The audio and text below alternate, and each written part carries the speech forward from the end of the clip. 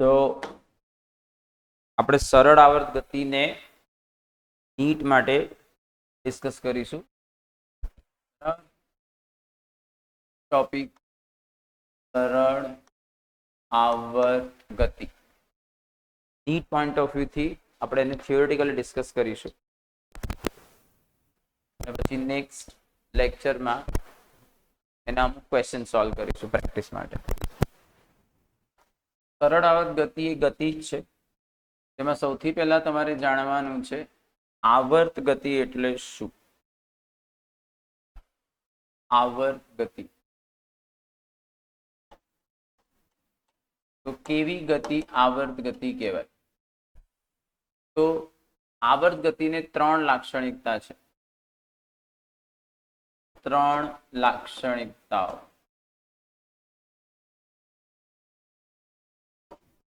પહેલું નિશ્ચિત બિંદુને અનુલક્ષીને ગતિ થાય. નિશ્ચિત બિંદુને અનુલક્ષીને ગતિ. બીજું છે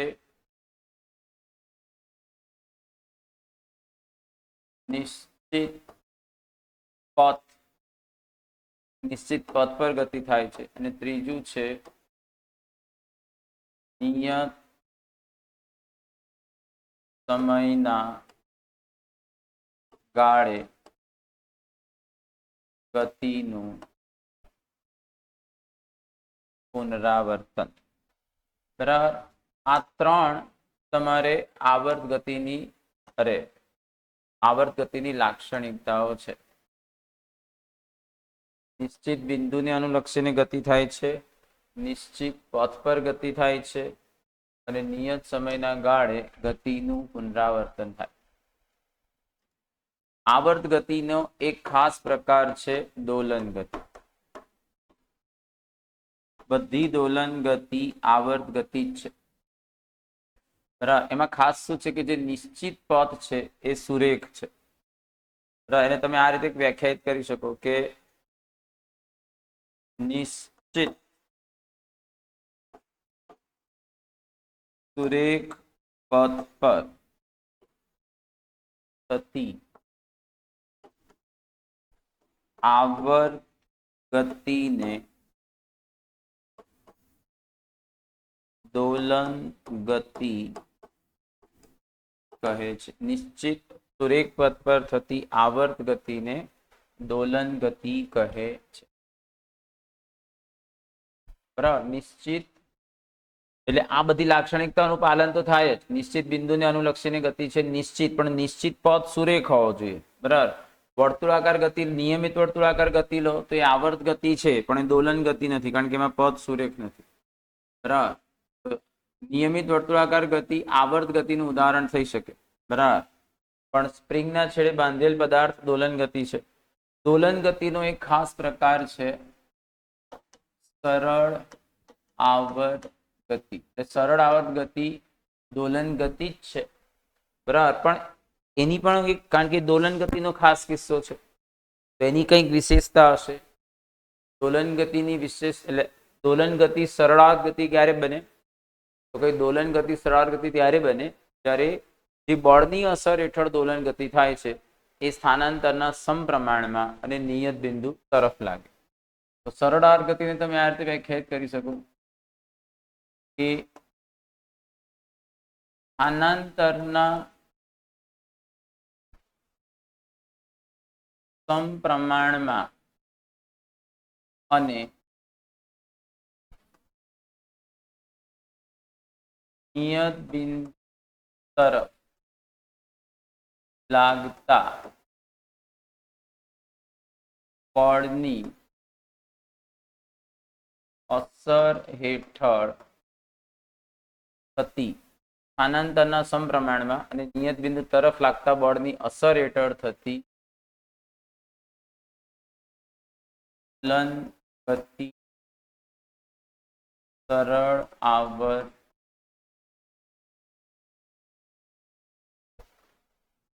તો આનો મતલબ શું થયો કે સરળ આવર્ત ગતિ ક્યારે થશે?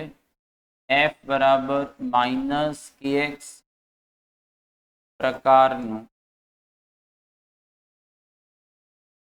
પુનઃસ્થાપક બળ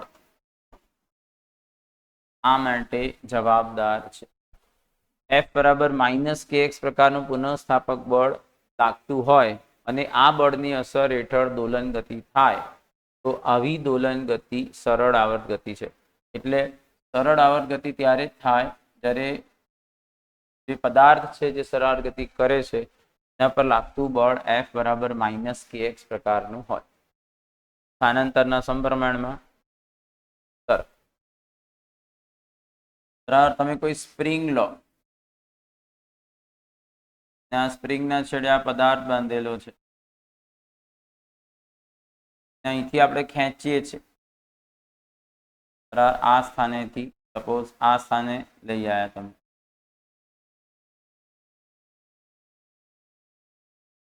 તમે એની લંબાઈમાં x જેટલો વધારો કર્યો તેમાં જે બળ ઉત્પન્ન થશે પુનઃસ્થાપક બળ એ આપણે જાણીએ છીએ માઇનસ kx પ્રકારનું હશે, નિયત બિંદુ તરફ લાગશે. આ બળની અસર હેઠળ આ જે દોલન ગતિ થશે એ સરળ આવર્ત ગતિ.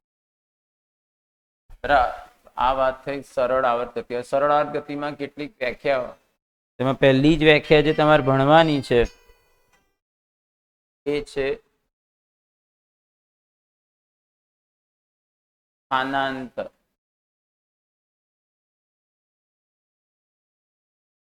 તો સરળ સપોઝ કે આ જે પદાર્થ સરળ આવર્ત ગતિ કરે છે આ એનો પદ છે, જે બિંદુની આસપાસ એ ગતિ કરે ને નિયત બિંદુ, ધારો કે કોઈ ચોક્કસ ક્ષણે સરળ આવર્ત દોલક અહીંયા છે તો એનું નિયત બિંદુથી જે અંતર હોય એને એનું સ્થાનાંતર, આ સ્થાનાંતર.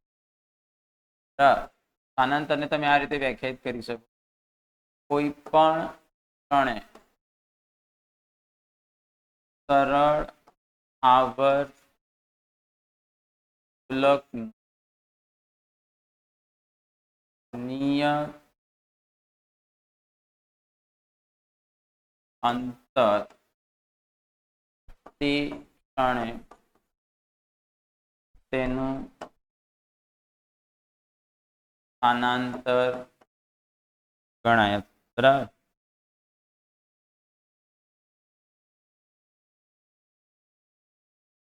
કોઈ પણ ક્ષણે સરળ આવર્ત દોલકનું નિયત બિંદુથી જે અંતર હોય એને એનું સ્થાનાંતર કહેવાય. એટલે આ અહીંયા છે સરળ આવર્ત દોલક, તો આ નિયત બિંદુથી એનું આ જે અંતર છે એનું સ્થાનાંતર. એક બીજી વ્યાખ્યા જાણવાની છે, કંપ વિસ્તાર.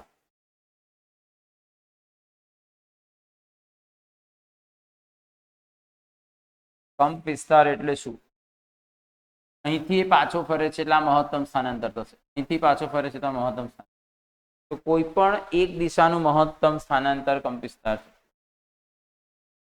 સરળ આવર્ત દોલકનું કોઈ પણ એક દિશાના મહત્તમ સ્થાનાંતરને કંપ વિસ્તાર. કંપ વિસ્તારને સપોઝ આપણે એ વડે દર્શાવીએ છીએ તો આ જે છે કંપ વિસ્તાર, આ મહત્તમ સ્થાનાંતર. આ એ હોય કંપ વિસ્તારની, ધારો કે કેપિટલ એ લઉં તો આ ઉગમ બિંદુ ગણું છું તો આ બિંદુના આયામ શું થાય? x બરાબર માઇનસ x બરાબર, જે x બરાબર 0 છે એને શું કહેવાય? સરળ આવર્ત ગતિ માટે નિયત બિંદુ. x બરાબર a લઈએ એને કહેવાય પ્લસ ઓર માઇનસ a.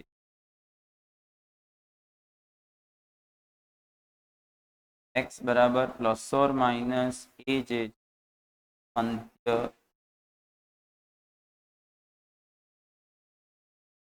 આખી નોટ્સ માટે તમે પોઝ કરીને સ્ક્રીનશોટ લઈ લો, તમને આ આખી નોટ્સ મળી. બરાબર.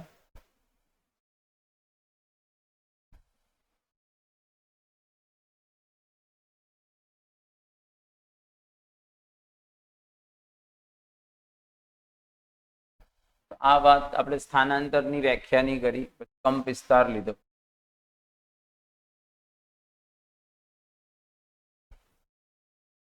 હવે જે સ્થાનાંતર છે એ કારણ કે સ્થાનાંતર એ આવર્ત વિધેય છે અને ગણિતમાં આવર્ત વિધેય તમે સાઇન કે કોસ થી દર્શાવી શકો.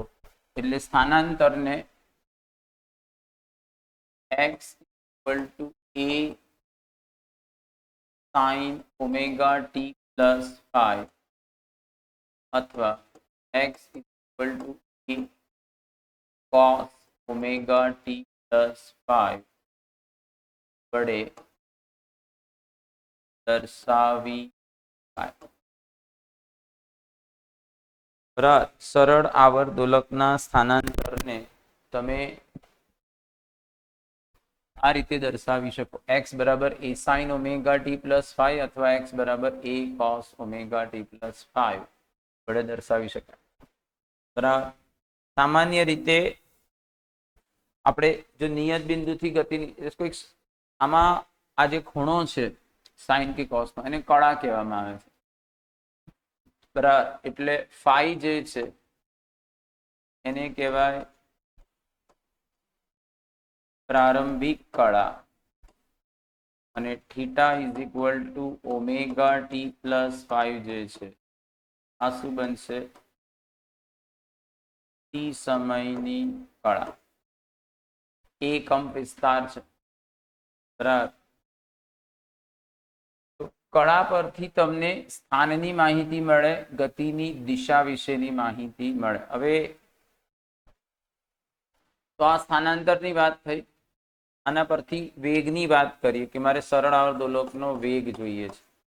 તો તમારી પાસે સ્થાનાંતર હોય તો વેગ કઈ રીતે મળશે? dx/dt. બરાબર. સ્થાનાંતરનું સમયની સાપેક્ષે વિકલન. ધારો કે હું x લઉં છું a cos omega t. આવું હું x લઉં, મેં પ્રારંભિક કળા શૂન્ય લીધી છે, તો v શું થશે? આનું વિકલન કરવાનું. બરાબર. તો a એવા ને એવા કોસનું વિકલન minus sign omega T, T સાથે ઓમેગા ગુણાયેલા છે એટલે ઓમેગા વડે ગુણવાનું. તો આ તમને ટી સમયનો સરળ આવર્ત દોલકનો વેગ મળ્યો. બરાબર. હવે આને આ જે વેગ છે હું આને આ રીતે લખી શકું, જે સાઇન છે એને plus or minus a omega √1 minus cos square omega T. તો v બરાબર plus or minus a omega. હવે અહીંથી તમે આ જે x સ્થાનાંતર જે આપણે કોસ વાળું લીધું છે અથવા અહીંયા તમે કોસને સૂત્ર કરતા બનાવો તો કોસ બરાબર x/a થાય. તો 1 માઇનસ x/a પણ કોસનો વર્ગ છે એટલે હોલ સ્ક્વેર આવશે. અને લસા લઈને એ બહાર કાઢશો તો એ ઉડી જશે. તો વેગ તમને મળ્યો plus or minus omega √a² minus x. આ જે છે એ વેગ સમયના વિધેય તરીકે મળ્યું અને આ જે છે એ વેગ સ્થાનાંતરના વિધેય x ના વિધેય તરીકે મળ્યું. આના પરથી તમે ખાસ કિસ્સા ચર્ચા કરી શકો. ખાસ કિસ્સા. બરાબર. તો નિયત બિંદુ પાસે નિયત બિંદુ એટલે x બરાબર 0 લેશો તો વેગ શું મળશે? Plus or minus omega a જે મહત્તમ છે. એટલે નિયત બિંદુ પાસે વેગ મહત્તમ હોય છે, ધ્યાનમાં રાખવાનું. બરાબર. અને કેટલો હોય? Omega a. અને અંત્ય બિંદુ લઈએ. અંત્ય બિંદુનો મતલબ શું થાય? x બરાબર પ્લસ ઓર માઇનસ a. તો અંત્ય બિંદુ પાસે x ની કિંમત a લેવાની. પ્લસ એ લો કે માઇનસ એ લો, x² તો a² જ થાય. a² minus a² 0. તો વેગ 0. એટલે યાદ રાખજો, અંત્ય બિંદુએ સરળ આવર્ત દોલકનો વેગ 0 અને નિયત બિંદુ પાસે સરળ આવર્ત દોલકનો વેગ plus or minus omega a. હવે પ્રવેગની વાત કરીએ. પ્રવેગ. તો પ્રવેગ એટલે શું? વેગનું સમયની સાપેક્ષે વિકલન. dv/dt. તો d/dt બરાબર છે. વેગ આપણો શું છે સમયના વિધેય તરીકે માઇનસ એ ઓમેગા સાઈન ઓમેગા. આનું તમે વિકલન કરશો તો માઇનસ એ ઓમેગા એવા ને એવા સાઈનનું વિકલન કોસ ઓમેગા ટી સાથે ઓમેગા ગુણાયેલા છે એના વડે ગુણવા. તો આ તમને મળ્યું વેગ પ્રવેગ સમયના વિધેય તરીકે. અને આ રીતે લખાય માઇનસ ઓમેગા સ્ક્વેર એ કોસ ઓમેગા ટી. અને એ કોસ ઓમેગા ટી શું છે એક્સ. આને આ રીતે લઈ શકાય a is equal to minus omega square x. બરાબર. પ્રવેગ માટે ખાસ કિસ્સાની વાત કરીએ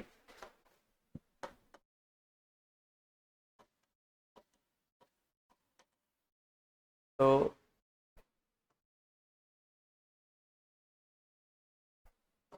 નિયત બિંદુ લઈએ.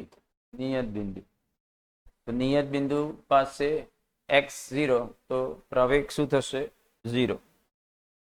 નિયત બિંદુ પાસે x0 છે એટલે પ્રવેગ 0. અને અંત્ય બિંદુઓ લઈએ તો ત્યાં આગળ પ્રવેગ શું થશે અંત્ય બિંદુ હું પ્લસ ઓર માઇનસ એક્સ બરાબર પ્લસ ઓર માઇનસ એ લઉં તો જ્યાં એક્સ પ્લસ હશે ત્યાં પ્રવેગ ઋણ ને જ્યાં એક્સ ઋણ હશે ત્યાં પ્રવેગ ધન. ઓમેગા સ્ક્વેર એ. હવે આમાં એક્સ ની કિંમત એ છે જે મહત્તમ છે એટલે પ્રવેગ મહત્તમ. તો પ્રવેગ નિયત બિંદુ પાસે શૂન્ય હોય પણ અંત્ય બિંદુ પાસે મહત્તમ.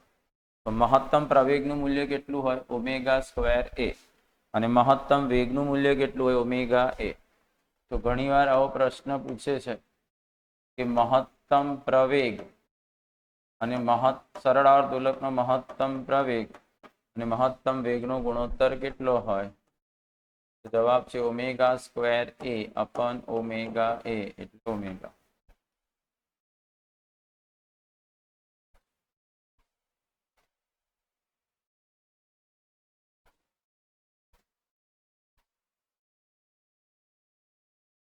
તો આનો પણ સ્ક્રીનશોટ લઈ લો.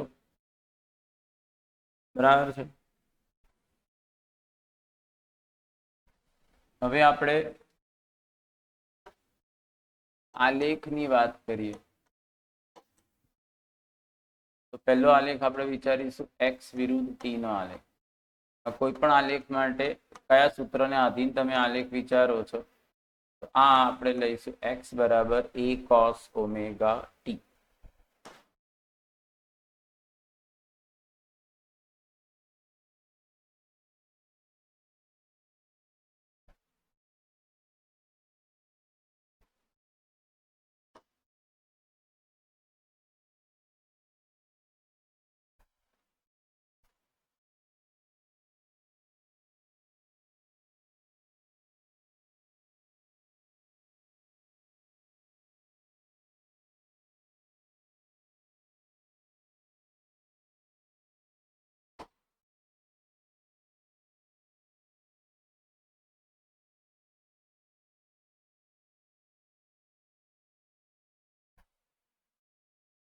જો આ એક્સ વિરુદ્ધ ટી નો આલેખ છે.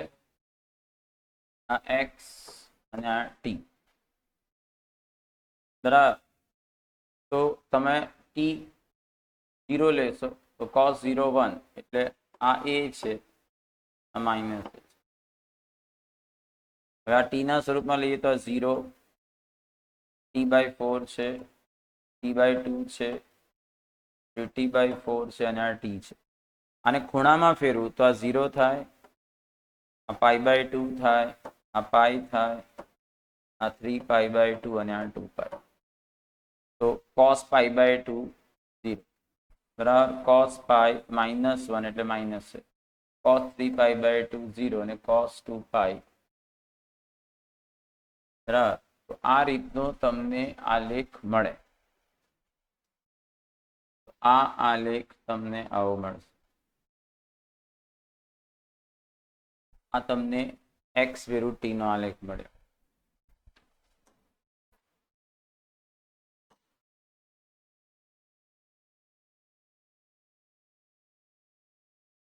પછી આપણે વાત કરીશું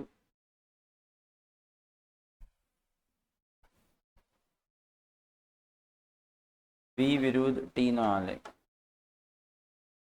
બરાબર, આમાં વી કયું લેવું પડશે? આનું વિકલન minus omega a sine omega T. આને આધારે આપણે પ્રારંભિક કળા શૂન્ય લીધી છે.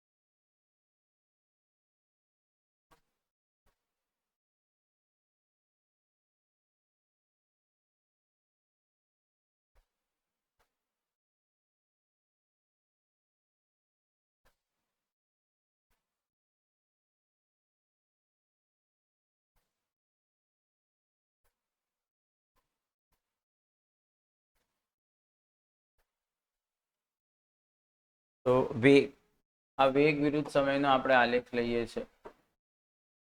અહીંયા મહત્તમ વેગ ઓમેગા એ અને આ માઇનસ ઓમેગા. હવે આમાં સાઇન છે, માઇનસ સાઇન. બરાબર, આપણે વાત થઈ હતી ખૂણાના સ્વરૂપમાં લઈએ તો આ 0, t/4, t/2, t/4 અને t. ખૂણાના સ્વરૂપમાં આ 0 છે, આ π/2 છે, આ પાઈ છે, આ 3π/2 અને આ સાઇન 0, 0. હવે π/2 પાસે સાઇન 1, પણ આ માઇનસ એટલે માઇનસ ઓમેગા એ, એટલે આ પોઈન્ટ. પછી અહીંયા પાઈ પાસે સાઇન 0, 3π/2 પાસે સાઇન -1, પણ આ માઇનસ માઇનસ પ્લસ થઈ જશે એટલે પ્લસ ઓમેગા એ આવશે. ટૂંકમાં માઇનસ સાઇનનો આલેખ દોરવાનો. તો માઇનસ સાઇનનો આલેખ થઈ ગયો. એટલે આ તમને વી વિરુદ્ધ ટી નો આલેખ મળે. એવી રીતે પ્રવેગની વાત કરીએ તો પ્રવેગ બરાબર શું મળ્યું? માઇનસ ઓમેગા સ્ક્વેર એ કોસ ઓમેગા ટી, અથવા આને માઇનસ ઓમેગા સ્ક્વેર એક્સ પણ લખાય. એટલે અહીંયા માઇનસ, જો પ્રવેગ વિરુદ્ધ સમયનો આલેખ લઈએ તો એનું મહત્તમ મૂલ્ય હશે ઓમેગા સ્ક્વેર એ અને માઇનસ ઓમેગા સ્ક્વેર એ. પણ આ માઇનસ એક્સ છે એટલે એક્સ નો ઊંધો આલેખ થઈ જાય. જે એક્સ ધન છે, આ ધન છે તો આ ઋણ થઈ જશે, આ બે ઋણ છે તો ધન થઈ જશે. એટલે એ રીતે તમે એ કરી શકો. આ ઋણ ધન મહત્તમથી શરૂ થાય છે, આ ઋણ મહત્તમથી શરૂ થશે. તો તમે જો આનું બિલકુલ વિપરીત છે. આ ભાગ ધન તો એ ઋણ, આ બે ઋણ ધન ને આ ધન તો ઋણ. કારણ કે શું છે? એ બરાબર માઇનસ એક્સ. તો આ એક્સ વિરુદ્ધ ટી નો આલેખ સરળાર્થ ગતિ માટે, વી વિરુદ્ધ ટી નો આલેખ અને આ એ વિરુદ્ધ. આપણે એક્સ બરાબર એ કોસ ઓમેગા ટી લીધું છે. સાઇન હોત તો સાઇન પ્રમાણે આવે. આનો પણ સ્ક્રીનશોટ લઈ લો એટલે તમારે નોટ્સ બનાવવામાં કામ લાગે.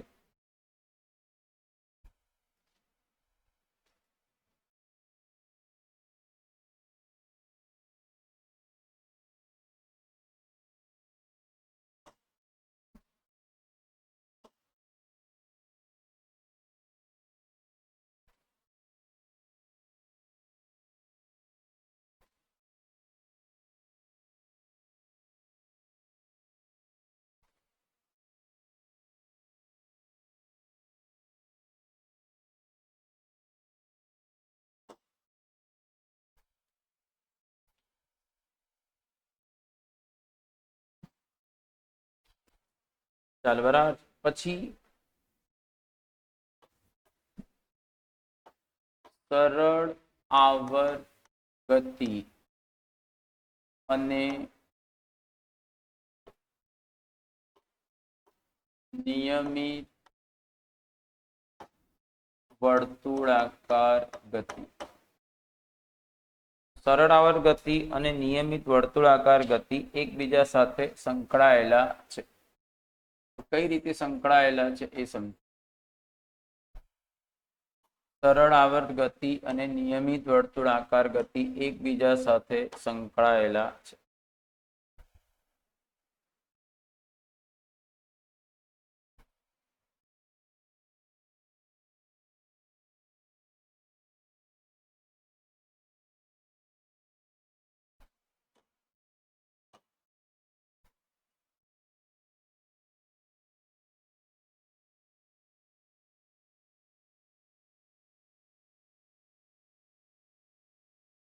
ધારો કે કોઈ કણ જે છે એ નિયમિત વર્તુળાકાર ગતિ કરે છે, બરાબર, અને એ આ રીતે વિષમ ઘડી દિશામાં નિયમિત વર્તુળાકાર ગતિ કરે. આપણે આ નિયમિત વર્તુળાકાર ગતિની કોઈ પણ વ્યાસ પર પ્રક્ષિપ્ત ગતિ વિચારીશું. આપણે અહીંયા એક્સ અક્ષને સંદર્ભ રેખા તરીકે લઈએ છીએ. તો ટી બરાબર 0 સમયે કણ પી પાસે હતો. આ કણ ઓમેગા જેટલી કોણીય ઝડપથી ભ્રમણ કરે છે, બરાબર, વિષમ ઘડ દિશા, અને ટી બરાબર ટી પાસે એ ક્યુ પાસે આવ્યો. આ જે છે આ ખૂણો એનું પ્રારંભિક સ્થાન થશે ફાઈ, અને આ ટી સમયમાં એને કરેલું કોણીય સ્થાનાંતર ઓમેગા ટી. આ થશે ટી સમયનું કોણીય સ્થાન થીટા. ધારો કે એના વર્તુળાકાર માર્ગની ત્રિજ્યા એ છે. જ્યારે કણ ક્યુ પર હશે ત્યારે એના સ્થાન પરથી એક્સ અક્ષ પર પ્રક્ષેપ લઈએ તો પ્રક્ષેપ બિંદુ ક્યુ ડેશ મળશે. હવે આ કણ આમ ગતિ કરશે, વર્તુળાકાર ગતિ, તેનું પ્રક્ષિપ્ત બિંદુ આમ ગતિ કરશે, એટલે પ્રક્ષિપ્ત બિંદુ સરળાર ગતિ કરે છે, તો આ નિયત બિંદુ થયું, એટલે આ સ્થાનાંતર થશે, બરાબર. તો એક્સ સ્થાનાંતર થાય છે. તો હવે ત્રિકોણ ઓ ક્યુ ડેશ ક્યુ માટે વાત કરીએ તો કોસ થીટા લઉં છું. તો કોસ થીટા બરાબર પાસેની બાજુ ઓ ક્યુ ડેશ છેદમાં કર્ણ ઓ ક્યુ, એટલે એક્સ બાય એ. તો એક્સ બરાબર એ કોસ, એક્સ બરાબર શું થાય? એ કોસ થીટા. હવે આકૃતિ પરથી સ્પષ્ટ છે કે થીટા શું થશે? આ કુલ ખૂણો થીટા એ ઓમેગા ટી પ્લસ 5 છે. તો એક્સ બરાબર એ કોસ ઓમેગા ટી પ્લસ 5,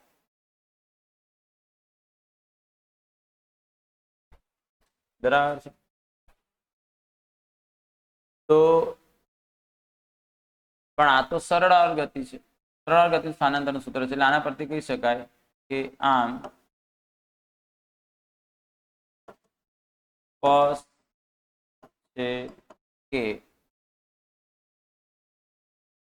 નિયમિત વર્તુળાકાર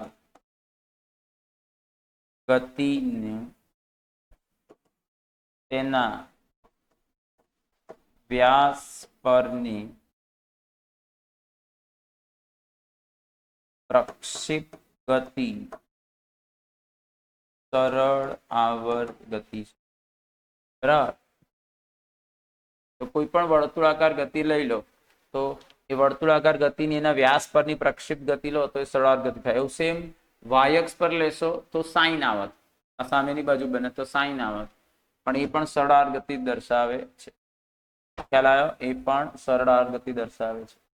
હવે આમાં તમે જો કેટલી વસ્તુ તમે નોંધી શકો કે જે સરળ આવર્ત ગતિનો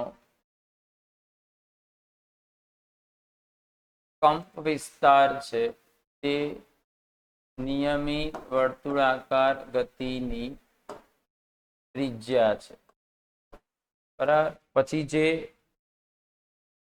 નિયમિત વર્તુળાકાર ગતિમાં જેને આપણે કળા કીધી, આ ખૂણો, એ અહીં શું બનશે? નિયમિત વર્તુળાકાર ગતિ માટે કોણીય સ્થાન, બરાબર. અહીંયા આગળ જે કોણીય આવૃત્તિ છે ઓમેગા, એ નિયમિત વર્તુળાકાર ગતિ માટે શું કહેવાશે? કોણીય ઝડપ. નિયમિત વર્તુળાકાર ગતિ જે કણ કરે છે એને સંદર્ભ કણ કહેવાય. તો આ કણ જ્યારે એનો એક સંદર્ભ કણ જ્યારે એનું એક વર્તુળાકાર પથ પર એક પરિભ્રમણ પૂરું કરશે ત્યારે આ એક દોલન પૂરું કરશે. બરાબર, એટલે બંનેના આવર્તકાળ પણ સમાન છે. તો આ રીતે સરળ આવર્ત ગતિ અને નિયમિત વર્તુળાકાર ગતિને સાંકળી શકાય. દરેક સરળ આવર્ત ગતિ સાથે એક નિયમિત વર્તુળાકાર ગતિ સંકળાયેલી છે. બરાબર, ધ્યાનથી નોટ્સ લઈ લો, સ્ક્રીનશોટ લઈ લો એટલે તમારા નોટ્સ માટે કામ લાગે.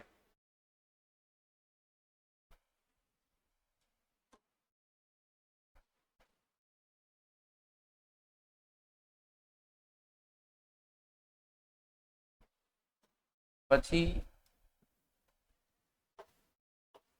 સરળ આવર્ત ગતિ માટે આવર્તકાળ. બરાબર, તો તમને પ્રવેગ શું મળ્યો છે? -ω²x.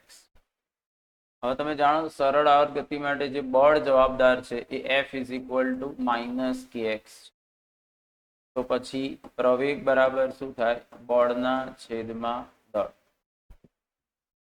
બરાબર, તો પ્રવેગ બરાબર -k/mx.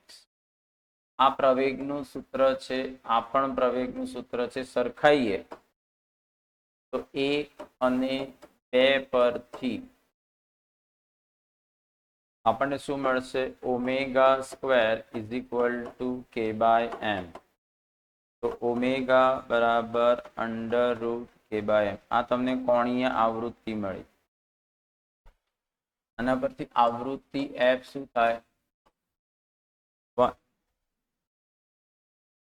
આવૃત્તિ f એટલે ω/2π, 1/2π √k/m. આ તમને સરળ આવર્ત દોલકની આવૃત્તિ મળી. આવર્તકાળ જોતો હોય t, તો 2π √m/k.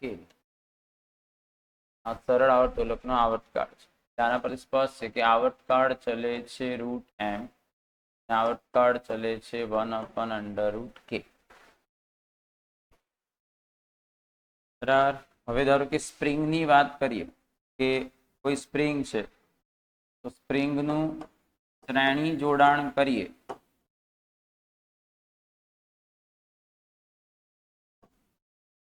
શ્રેણી જોડાણ કેવું હોય? આ એક સ્પ્રિંગ, આ બીજી સ્પ્રિંગ, એના છેડે તમે m દળનો પદાર્થ લટકાયો છે. આ k1 છે, આ k2 છે. શ્રેણી જોડાણમાં લંબાઈમાં થયેલો કુલ વધારો બંને સ્પ્રિંગની લંબાઈના વધારા જેટલો હોય. તો આમાં સમતુલ્ય બળ અચળાંક કેટલો થાય? શ્રેણી જોડાણ છે, બરાબર, તો સમતુલ્ય બળ અચળાંક થશે. અને તમને હું એ બતાવું કે આ બંને સ્પ્રિંગ, સપોઝ સ્પ્રિંગ એકની લંબાઈમાં વધારો L1 થયો અથવા x1 છે, L1 લે ચલો, બરાબર, તો આ m દળ લટકાયું હોય તો mg જશે, એટલે બળ mg ભાગ્યા k1. આ સ્પ્રિંગ એકની લંબાઈમાં થયેલો વધારો. એવી રીતે સ્પ્રિંગ 2ની લંબાઈમાં થયેલો વધારો પુનઃ mg/k2. તો કુલ વધારો L1 + L2. હવે આખાને એક જ સ્પ્રિંગ ગણી લઉં તો એના છેડે mg બળ જ છે, તો એ જે સ્પ્રિંગનો બળ અચળાંક આવે એ સમતુલ્ય બળ અચળાંક.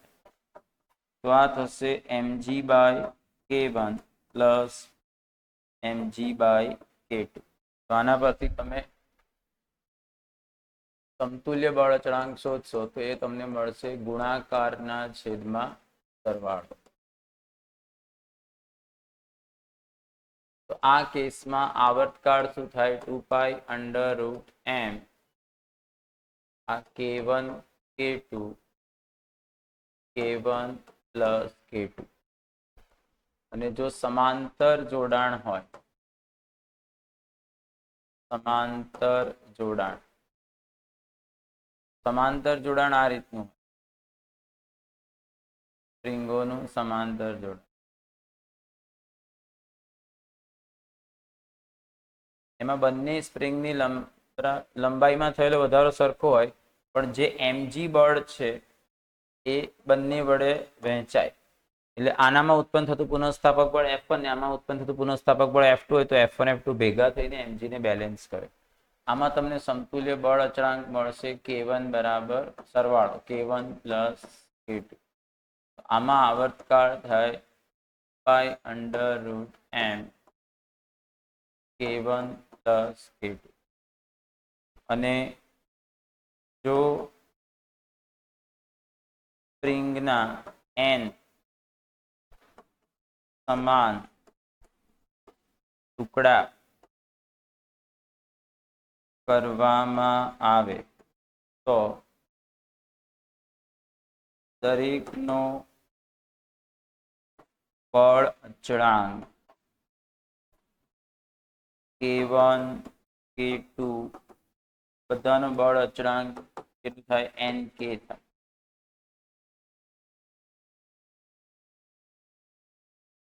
બરાબર. kn is equal to nk તો તમારો આવર્તકાળ થશે 2 under root m by n. તો સ્પ્રિંગના બે સરખા ટુકડા કર્યા હોય તો બળ અચળાંક બમણો થઈ જાય એટલે આ થશે છેદમાં n ની જગ્યાએ 2 મૂકી દેવા. સ્ક્રીનશોટ લઈ લો એટલે તમે નોટ્સ બનાવી શકો.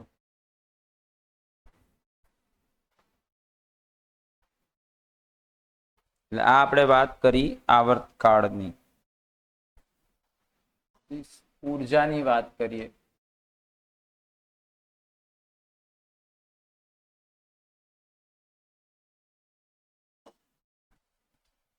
ઉર્જા તો પહેલા સ્થિતિ ઉર્જા લઈએ. સ્થિતિ ઉર્જા તો તમને ખબર જ છે, બળ વિરુદ્ધ જે કાર્ય થાય, અહીંયા પુનઃસ્થાપક બળ જે છે એના વિરુદ્ધ થતું કાર્ય શોધી કાઢવાનું ઇન્ટિગ્રેશન f dx કરીને 0 થી x. તો આ 0 થી x પુનઃસ્થાપક બળ માઇનસ kx dx. આનું ઇન્ટિગ્રેશન કરશો એટલે આ મળશે half kx square minus. Minus શું દર્શાવે છે? આ કાર્ય સંગ્રહ પામે છે. એટલે સંગ્રહ સ્થિતિ ઉર્જાનો કન્સેપ્ટ શું છે કે સ્થિતિ ઉર્જા કોઈ પણ સંરક્ષિત બળ વિરુદ્ધ જે કાર્ય થાય ઉર્જા સ્વરૂપે સંગ્રહાય છે. એટલે આ કાર્ય ઉર્જા સ્વરૂપે સંગ્રહાયું એ તમારી સ્થિતિ ઉર્જા. બરાબર. તો આ સ્થિતિ ઉર્જા છે અને x ની ઘાત 2 છે, ઉર્જાની ઘાત 1 છે. એટલે આનો આલેખ દોરશો તમને તો આ આલેખ તમને પરવલય મળે. બરાબર. પછી તમે જાણો છો કે x ની મહત્તમ કિંમત a હોય. બરાબર. એ રીતે પણ તમને યાંત્રિક ઉર્જા બરાબર સ્થિતિ ઉર્જા વત્તા ગતિ ઉર્જા. હવે જ્યારે સ્થિતિ ઉર્જા મહત્તમ લઉં ત્યારે ગતિ ઉર્જા શું હોય? 0.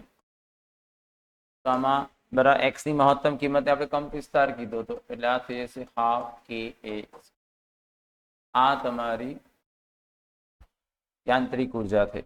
સ્થિતિ ઉર્જાને મારે સમયના સ્વરૂપમાં લખવું, આ સ્થાનના સ્વરૂપમાં મારે સમયના સ્વરૂપમાં લખવું હોય ધારો કે હું x બરાબર a cos ઓમેગા t લઉં છું તો સ્થિતિ ઉર્જા શું થાય? Half k a square cos square omega t. આ સ્થિતિ ઉર્જા સમયના વિધેય તરીકે. અહીંયા આગળ x છે જ નહીં. બરાબર. આ ઉર્જા અચળ થઈ ગઈ એટલે આ શું મળશે? આલેખ સમક્ષિતિજ રેખા મળે. આ આલેખ તમને કેવો મળશે? સમક્ષિતિજ રેખા. બરાબર. એટલે આ યાંત્રિક ઉર્જા થઈ ગઈ. અહીંયા જો યાંત્રિક ઉર્જામાં a છે એટલે અચળ છે એટલે યાંત્રિક ઉર્જા x અને t થી સ્વતંત્ર છે. યાંત્રિક ઉર્જા x પર પણ આધાર નથી રાખતી અને t પર પણ આધાર નથી રાખતી. ગતિ ઉર્જા લઈએ. ગતિ ઉર્જા કાઇનેટિક એનર્જી. ગતિ ઉર્જા શું થશે? યાંત્રિક ઉર્જા માઇનસ સ્થિતિ ઉર્જા. યાંત્રિક ઉર્જા half ka square minus half kx square. તમારી ગતિ ઉર્જા થઈ half k a square minus x square. આમાં પણ x ની 2 ઘાત છે એટલે આ પણ પરવલય જ છે. આ પણ પરવલય જ છે. બરાબર. હવે મારે ગતિ ઉર્જાનું સમયવાળું સૂત્ર જોઈએ છે. ગતિ ઉર્જાનું જનરલ સૂત્ર શું લખી શકાય? Half m v square. Half m. હવે વી શું થશે? Minus omega a sine omega t એનો વર્ગ. તો half m omega square a square sine square omega T.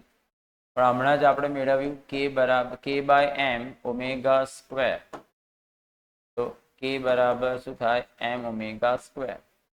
એટલે તમારી ગતિ ઉર્જા થઈ half k a square sine square omega T.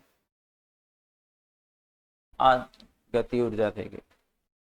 તો આ સ્થિતિ ઉર્જા એક્સ ના વિધેય તરીકે, આ સ્થિતિ ઉર્જા સમયના વિધેય તરીકે. યાંત્રિક ઉર્જા તો સમય કે સ્થાન પર આધારિત જ નથી, એટલે હાફ કે સ્ક્વેર.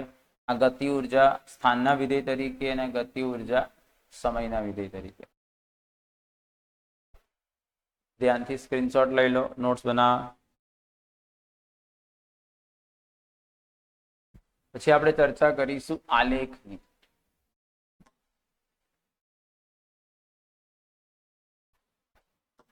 તો પહેલા આપણે લઈશું ઉર્જા વિરુદ્ધ સ્થાનનો આલેખ. ઉર્જા વિરુદ્ધ સ્થાન.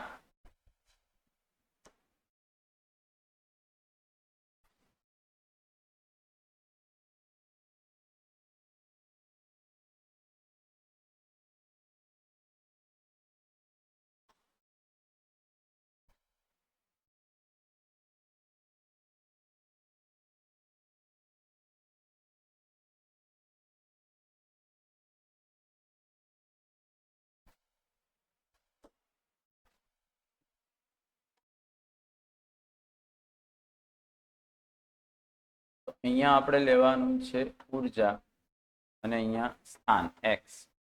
આ એક્સ બરાબર 0 છે, આ એક્સ બરાબર પ્લસ છે અને આ એક્સ બરાબર માઇનસ. હવે પહેલા સ્થિતિ ઉર્જાની વાત કરીએ તો સ્થિતિ ઉર્જા છે હાફ કે એક્સ સ્ક્વેર. આ કુલ મહત્તમ ઉર્જા છે હાફ કે એ સ્ક્વેર. હવે હું એક્સ ની કિંમત 0 લઈશ તો ઉર્જા 0 થશે, એટલે એક્સ અને ઉર્જા બંને 0 છે, એટલે આ એક્સ ની કિંમત એ લઉં તો આ હાફ કે સ્ક્વેર થશે, એટલે આ પોઈન્ટ. અને એક્સ ની કિંમત માઇનસ એ લઈશ તો હાફ કે સ્ક્વેર થશે, એટલે આ પોઈન્ટ. તો આ ત્રણ બિંદુઓમાંથી પસાર થતો પરવલય તમારો સ્થિતિ ઉર્જા, બરાબર. તો આ છે સ્થિતિ ઉર્જા વિરુદ્ધ સ્થાનનો આલેખ. હવે ગતિ ઉર્જા લઈએ તો half k a square minus x square. હવે એક્સ 0 લેશો તો ગતિ ઉર્જા હાફ કે સ્ક્વેર મળશે, એટલે આ બિંદુ. પછી એક્સ ની કિંમત પ્લસ એ લેશો તો એ સ્ક્વેર માઇનસ એ સ્ક્વેર 0, એટલે ઉર્જા 0, આ બિંદુ. એક્સ ની કિંમત માઇનસ એ લેશો તો આ બિંદુ. બરાબર. એટલે આ જે આલેખ થયો આ ત્રણ માંથી પસાર થતો પરવલય, બરાબર. આ જે છે એ શેનો આલેખ છે? ગતિ ઉર્જા વિરુદ્ધ એક્સ નો આલેખ. તમે જાણો છો યાંત્રિક ઉર્જા તો અચળ જ છે. યાંત્રિક ઉર્જા કશા પર આધારિત નથી, એટલે યાંત્રિક ઉર્જાનો આલેખ આ રીતનો. દરેક એક્સ ની કિંમત માટે ફિક્સ જ છે.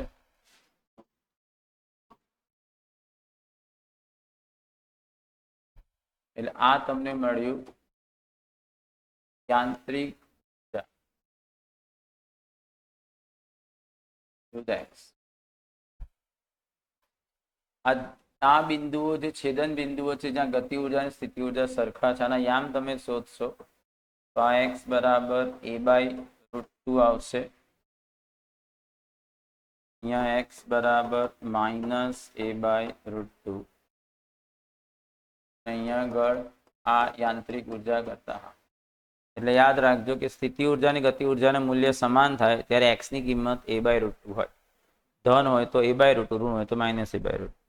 એટલે આ ઉર્જા વિરુદ્ધ સ્થાનની વાત થઈ. એ જ રીતે ઉર્જા વિરુદ્ધ સમયની વાત કરીએ આલેખ, તો સ્થિતિ ઉર્જાનો સમય વાળું સૂત્ર હતું half k a square cos square omega t. ગતિ ઉર્જા half k a square sine square omega t.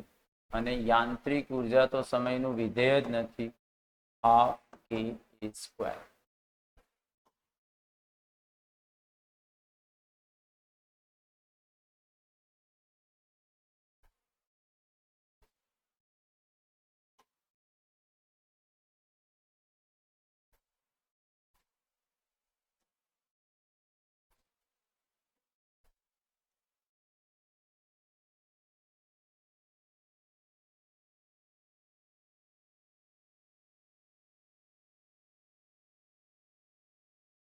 આ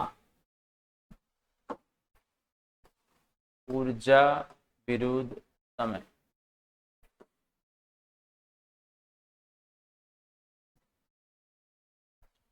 ઝીરો T/4 T/2 3T/4 અને ટી ખૂણાના સ્વરૂપમાં લખો તો આ 0 આ π/2 આ π આ 3π/2 અને આ 2. તમે જો સ્થિતિ ઉર્જામાં કોસ છે, આ મહત્તમ મૂલ્ય થશે હાફ કે એ સ્ક્વેર, બરાબર. એટલે 0 પાસે cos 0 1 એટલે ઉર્જા મહત્તમ. આ મહત્તમ cos નો સ્ક્વેર છે એટલે મહત્તમ હોય કાં તો શૂન્ય, એટલે પહેલા મહત્તમ તો પછી શૂન્ય, મહત્તમ શૂન્ય મહત્તમ, બરાબર. એટલે આ આલેખ તમને આવો મળશે.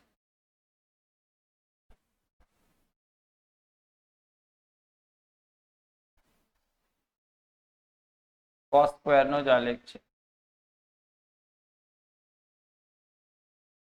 હવે ગતિ ઉર્જામાં સાઇન છે એટલે સાઇન 0 0, તો 0 મહત્તમ 0 મહત્તમ 0.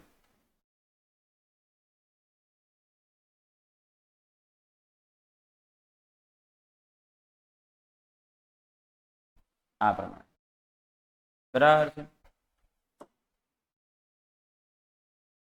અને યાંત્રિક ઉર્જા તો તમને ખબર જ છે સમય સાથે બદલાતી નથી. તો આ જે આલેખ છે આ ગ્રીન વાળો જે છે સ્થિતિ ઉર્જા વિરુદ્ધ સમયનો છે, બરાબર. આ જે વ્હાઈટ જે છે એ ગતિ ઉર્જા વિરુદ્ધ સમય છે, આ જે છે એ યાંત્રિક ઉર્જા વિરુદ્ધ સમય. આ સરળ અર્ધદોલકનો એક આવર્તકાળ છે, પણ તમે જુઓ ધારો કે આ જે બ્લુ શેપ છે, ગ્રીન શેપ છે, 2 વાર રિપીટ થાય છે, વ્હાઇટ શેપ પણ 2 વાર રિપીટ થાય છે. એનો મતલબ શું થયો કે ગતિ ઉર્જા કે સ્થિતિ ઉર્જાનો આવર્તકાળ T/2 થયો, કારણ કે પછી એ રિપીટ થાય છે. એટલે ગતિ ઉર્જા કે સ્થિતિ ઉર્જાનો આવર્તકાળ સરળ અર્ધદોલકના આવર્તકાળ કરતા અડધો, અને આવર્તકાળ અડધો છે એટલે આવૃત્તિ બમણી. ત્યાં ધ્યાનમાં રાખવાનો પૂછી શકાય એવો પોઈન્ટ છે, બરાબર. એટલે જો સરળ આવર્તદોલકનો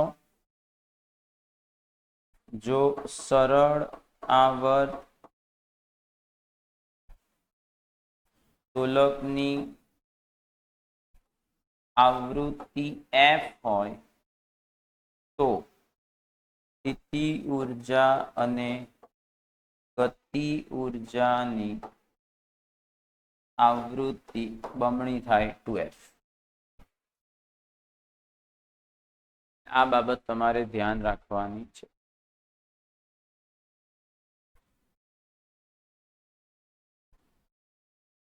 બરાબર છે. પછી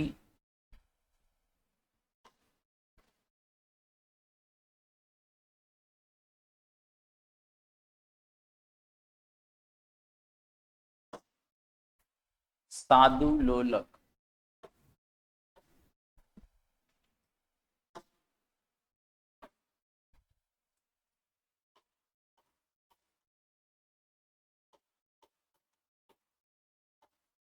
સાદું લોલક, તો આ જે રચના છે આ સાદું લોલક છે, બરાબર. એની લંબાઈ L છે. હવે ધારો કે તમે આ એના સંતુલન સ્થાનથી એને ચલિત કરો છો આ પ્રમાણે, તો અહીંયા આગળ એને mg 2 બળ લાગશે. આ ખૂણો થીટા, mg ના 2 ઘટક પડશે. આ થીટા થાય, થીટા વાળો ઘટક cos, એટલે આ mg cos થીટા, આ mg sin. આ ધારો કે ચાપ x છે. તો તણાવ બળ T, તો તણાવ બળ mg cos થીટા ને નાબૂદ કરશે, એટલે પરિણામી બળ શું લાગશે? mg sin theta. અને આ બળ તમે જોઈ શકો છો નિયત બિંદુ તરફ છે, એટલે આપણે એને ઋણ લઈશું. બરાબર. થીટા આપણે અહીંયા થીટા નાનો લેવાનો, થીટા નાનો હોવાથી શું થઈ શકે? તમે જાણો છો થીટા બહુ નાનો હોય તો થીટાની રેડિયન કિંમત, થીટાની સાઇન કિંમત ને થીટાની ટેન કિંમત સરખી હોય. એટલે સાઇન થીટા લગભગ સરખા થાય થીટા, અને થીટા ખૂણો છે તો ખૂણો બરાબર ચાપના છેદમાં ત્રિજ્યા. અહીંયા એના વર્તુળાકાર માર્ગની ત્રિજ્યા લંબાઈ L જેટલી થશે. તો આના પરથી પરિણામી બળ F શું થયું? -mg(x/L). બરાબર. હવે તમે જોઈ શકો છો આ જે છે F ચલે છે -x પ્રકારનું બળ છે હોવાથી ગોળાની ગતિ સરળ આવર્ત ગતિ ગણી શકાય. જે ગોળાની ગતિ છે એને તમે સરળ આવર્ત ગતિ ગણી શકો. તો ગોળાની ગતિ તમે સરળ આવર્ત ગતિ ગણશો, બરાબર,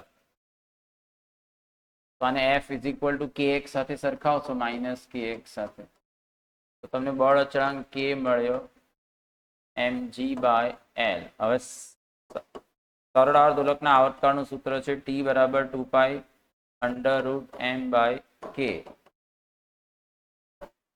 તો 2π √m, k ની કિંમત મૂકો mg/L. તો mm ઉડી જાય છે એટલે તમને T મળ્યા 2π √L/g. તો તમે અહીંયા એક વસ્તુ નોંધો કે દળથી સ્વતંત્ર છે, કારણ કે દળ ઉડી જાય છે. આમ સરળ આવર્ત દોલકનો આવર્તકાળ દળ પર આધારિત છે, પણ સાદા લોલકનો આવર્તકાળ દળ પર આધારિત નથી. બરાબર. હવે આમાં શું કરવાનું કે આ સૂત્રને યાદ આ રીતે રાખવાનું, T = 2π √L/a ઇફેક્ટિવ, એટલે પરિણામી પ્રવેગ. અહીંયા શું છે? એક જ બાહ્ય બળ લાગે છે mg. તો mg બાહ્ય બળ હોય તો એનો પ્રવેગ શું થાય? g. એટલે તમારા સૂત્રમાં g આવે છે. પણ જો કોઈ કેસમાં એક કરતા વધારે બળો લાગતા હોય તો એ પરિણામી બળનો પ્રવેગ શોધવાનો. એટલે મેં તમને આ યાદ રાખાયું. બરાબર છે. એટલે અલગ અલગ કિસ્સામાં પછી આ સૂત્ર બદલાઈ શકે. એટલે તમારે ઇન જનરલ આ સૂત્ર યાદ રાખવાનું. ધારો કે તમને એવું કહેવામાં આવે કે ટ્રેન પ્રવેગી ગતિ કરતી ટ્રેન છે, પ્રવેગી ગતિ કરતી ટ્રેનમાં લટકાવેલ સાદું લોલક. હવે તમે જો સાદા લોલકને ટ્રેનમાં લટકાવેલું હોય તો શું થશે? ધારો કે આ ગોળો છે, તો એના પર mg બળ લાગશે, અને આ દિશામાં ટ્રેનની પ્રવેગની વિરુદ્ધ દિશામાં આભાસી બળ લાગશે. ટ્રેનનો પ્રવેગ એ હોય તો m. આ બંને બળ પરસ્પર લંબ છે, એટલે પરિણામી બળ શું થાય? √mg²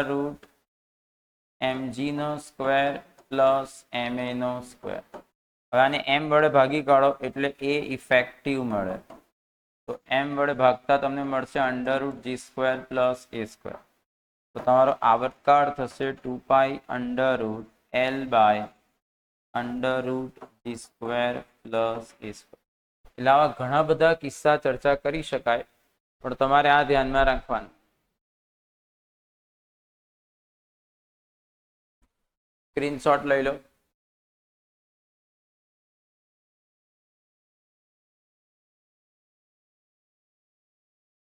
પછી એ જ રીતે બીજા થોડા કિસ્સા ચર્ચા કરીએ આમાં જ. તો ધારો કે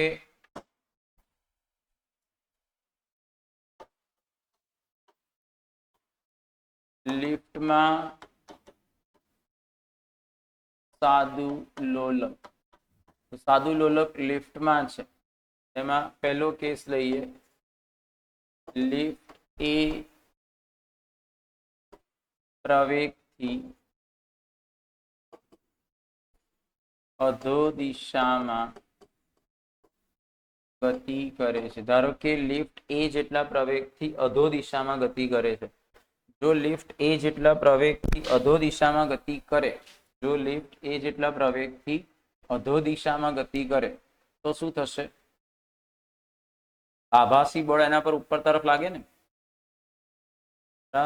તો આ mg અને આભાસી બળ ma ઉપર તરફ લાગશે, તો પરિણામી બળ mg માઇનસ ma એટલે mg માઇનસ a. તો અસરકારક પ્રવેગ થઈ ગયો, દળ વડે ભાગશો એટલે અસરકારક પ્રવેગ મળશે g માઇનસ a. તો તમારા આવર્તકાળનું સૂત્ર થયું 2 √L g માઇનસ a. બધા એ જ રીતે લિફ્ટ એ જેટલા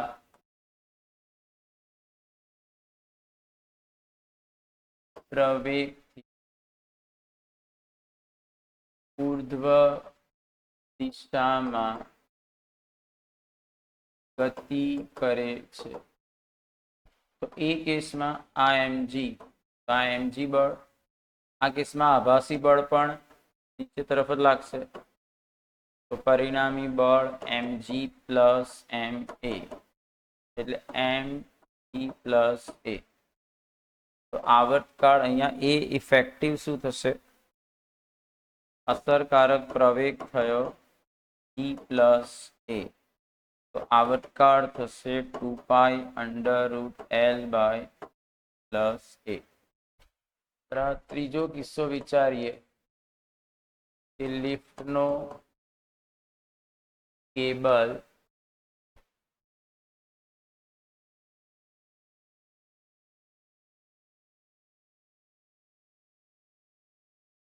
તૂટી જાય છે. તો આ જ થઈને અધો દિશાની જ ગતિ થઈ ગઈ, પણ એમાં a બરાબર g થશે. તો અસરકારક પ્રવેગ g માઇનસ a માં a ની કિંમત g મૂકશો તો પછી આવર્તકાળ અનંત. બરાબર છે.